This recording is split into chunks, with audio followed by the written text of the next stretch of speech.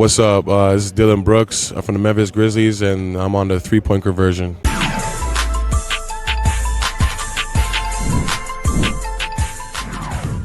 would like to ask you, what did you learn from last night's game, and how satisfied you are about your effort after the first quarter of the game? Oh yeah, man, we got to come out to a better start, obviously. And then we got away from us a little bit in the third as well, late. I think we had cut about 6 or 7. Then the start of the fourth, we were down like 15. So obviously coming out to a better start would help that a lot too. Thank you very much. Let's go to Sam and then Richard. Hey, Devonte, I hope you're doing well. I think right now you guys have played in a 12-game stretch, almost towards the end of it, where all but one team made the playoffs last year. A lot of good quality opponents lately. What has kind of playing this caliber of competition lately done for this team when you look at how you guys were able to kind of persevere against Milwaukee and Indiana and Miami and teams like that? I think it's kept us locked in. You know, we know coming in every game, obviously, is important. And like you said, those are playoff teams, and that's somewhere we want to be. So, you know, we kind of try to measure ourselves against those teams and come out and play to the best of our ability. It's been keeping us locked in, I think. Let's go to Richard and then Danny. Devonte, Richard Walker, CarolinaSportsHub.com. With Terry being unsure to play Friday, how do you navigate that? Because you got a different running mate possibly with LaMelo and him. I mean, obviously you three have played together. How does that work moving forward? And does it matter? You know, obviously you got to be healthy to be able to play, but you know, how does that change your preparation, knowing or not knowing he's going to be out there? I mean, yeah, obviously we want everybody to be 100%. But I mean, it doesn't really change my preparation. You know, whoever's out on the court, you know, we got to go with it, run with it, and have that next guy up mentality. Everybody bring energy, regardless of who's on the court. Let's go to Danny. Devonte, Danny Thompson with the three-point conversion. Donovan Mitchell is one of the most elite guards in the NBA, and it seems like if Terry's not going tonight, tomorrow you might be the guy that has to do a lot of guarding of Donovan. What about his game makes him special, and what do you have to do, or what do you see in film to try to prevent him from having one of those big scoring nights?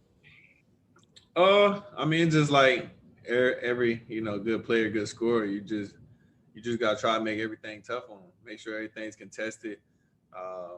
Make sure he just always see a hand in his face whenever he's shooting the ball. Obviously, like you said, he can score at all 3 levels. So just trying to make it as tough as possible. Maybe even sending traps at him sometimes. Just trying to get the ball out of his hand.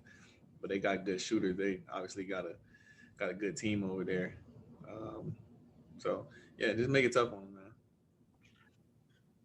Anything else for Devonte? Oh, let's go to Rick. So, Devonte, you don't tell Donovan like that he was a slob in prep school or something like that to distract him at this point? I mean, I just figure you knew all kinds of stuff. Nah, man, I don't tell him none of that. That might get him going even more than what he would be. That might spark a fire up under him. So I don't try to do too much trash talking. Hey, kidding aside, I know that was a really elite prep high school program, but do you look back now and think, good God, look at who look at what the two of us have become from what we were. I remember you telling me that there was a time when people thought that your class there was like somehow not living up to the tradition, and then you guys end up what you guys are. I mean, yeah, we had a good squad back then, man. Obviously, a lot of people didn't expect or think, for me and Donovan to be playing how we playing, or even be in the NBA. I know I said this before. I didn't expect Donovan to be, the superstar kind of player that he's become. Because in high school, he was just running and jumping and dunking. And it was just like goofy kid with huge speed that had a lot of bounce. But obviously, you know, we both put in a lot of hard work, and we're working on game, and we just want to get better. And we got that winning mentality, underdog mentality, and we play with a chip on our shoulder. So it came together for us and clicked, and we just let it flow, keep playing, keep moving. I remember when Donovan worked out for the Hornets, Cliff talked about how absurd his limbs were relative to his body. Mm-hmm. I'm just curious, way back when, was it obvious that, you know, his length was going to be kind of his X factor? I mean, like I said, it was just like kind of goofy.